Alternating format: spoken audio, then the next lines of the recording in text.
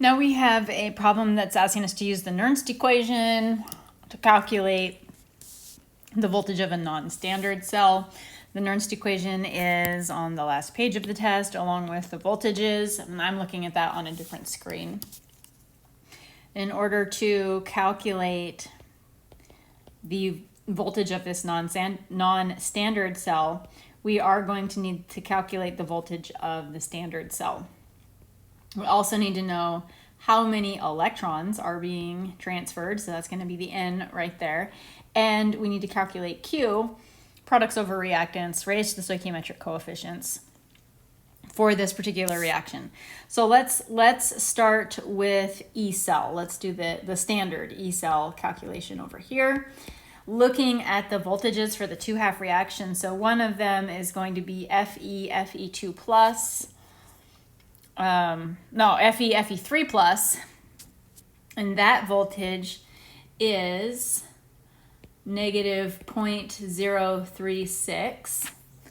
And then our other one, Mg and Mg2 plus, not to be confused with Mn, that voltage is negative 2.37. So we need to figure out how to put those two numbers together in a way that's going to give us a positive result. So I'm going to go negative 0.036 volts minus the negative 2.37. And that will give us a voltage of negative 0.036 plus 2.37, 2.334. So that is the E cell standard, 2.334. Now we need to figure out what N is. And we can, there's a couple ways that we could approach it. We could go back to those equations, the half reactions on the end of the test. And let's say we focus on the Fe3 plus Fe reaction. That's got 3 electrons that are being exchanged in that process. Pay attention to the stoichiometric coefficient, the difference between the stoichiometric coefficient in this equation versus the one that you have on the table. In the table, the stoichiometric coefficient is 1 for both Fe3 plus and Fe, and in this reaction it's 2. So that means that we can see that there's a total of 6 electrons that are being transferred. Let's just do that again with the magnesium one, just in case that didn't make sense. So if you look at the magnesium to Mg2 plus reaction on that table, on the table it tells you that 2 electrons are being moved. Look at the stoichiometric coefficient. In the table, the stoichiometric coefficients are 1 and 1. Here we have 3 times that, so 2 times 3 electrons, that's going to be a total of 6 electrons. And we're going to multiply that, last but not least, by the natural log of Q. Q is going to be products over reactants raised to the stoichiometric coefficients, leaving out our solids. So on the product side, we have Mg2 plus concentration, and that's raised to the 3. And then on the reactant side, we have Fe3 plus, and that's raised to the 2. And we're going to look back up in the problem to get these actual concentrations. The actual concentration of Fe3 plus is 2.00. And the actual concentration of the magnesium ion is 0.0015. So now we're just going to do all of the math on that. 0.0015 raised to the 3 divided by 4. Take the natural log. Multiply by 0.0257 divided by 6, 2.334 minus that, and I'm getting 2.42 volts. Next problem, what is the minimum voltage needed to drive the conversion of manganese ion to manganese using tin? So this problem is asking What is the voltage needed to drive the conversion? So that is telling us this is not a spontaneous reaction. This is electrolysis. So in this process, we are looking for, because it's not spontaneous, we are looking for a negative E cell. And again, we are going to go back to that table. At the end of the test, we're going to look at the voltages for each of these two reactions.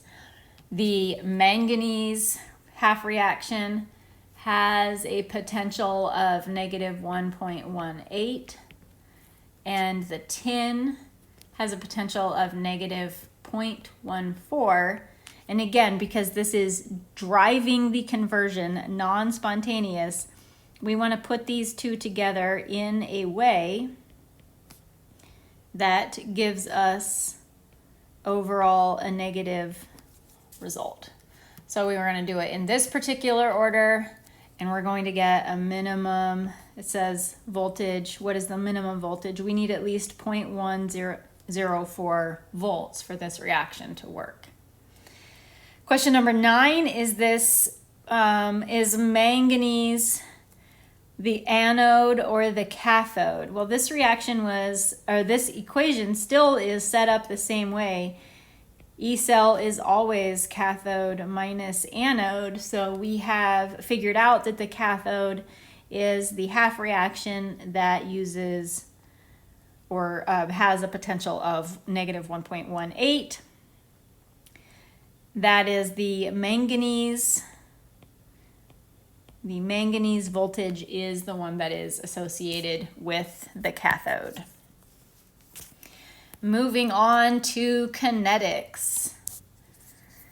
This problem is giving us a balanced equation, and it's telling us the rate of reaction for NO, and so we need to figure out what the rate of the reaction is for O2. Whenever you are being asked to compare the rate of one thing to the rate of something else, you are always going to be using the delta reactant over delta T and the average rate.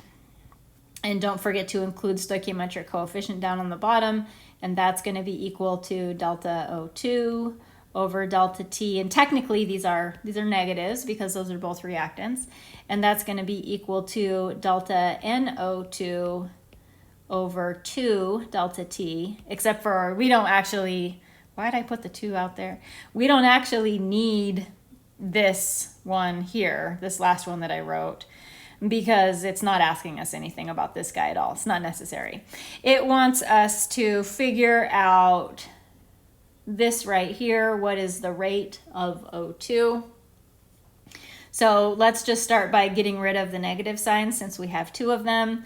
We know from the problem delta NO over T, we know that that is 0.08 molarity per second. 0.080 molarity per second, and then don't forget there's a 2 down there, don't lose that 2. That is the rate of our O2. So this is 0.04. Next question wants us to calculate the rate of a reaction using the rate law provided, giving the K and the concentration. Well, this is such an easy problem. All that we have to do is plug in our rate constant, 0.053, and our molarity, 0.055. Don't forget that that's raised to the 2. 0.053 times 0.055 squared is 1.6 times 10 to the negative 4. There's no units on there, but the rate of a reaction is typically molarities per second. Oh, here we go. What are the units of the rate constant for the reaction in problem 11? So the rate of the reaction, let's rewrite the rate law. Rate equals K N2O5 squared.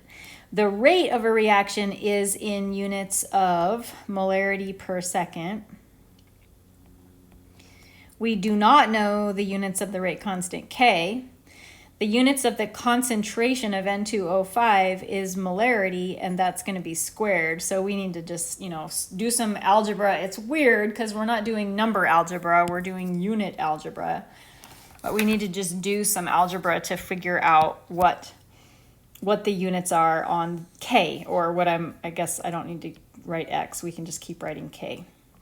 So what I'm going to do is divide both sides by molarity squared, just the way we would do if this was an algebra problem. And over here we have molarity over molarity squared, so I can get rid of one of the molarity units for each of those.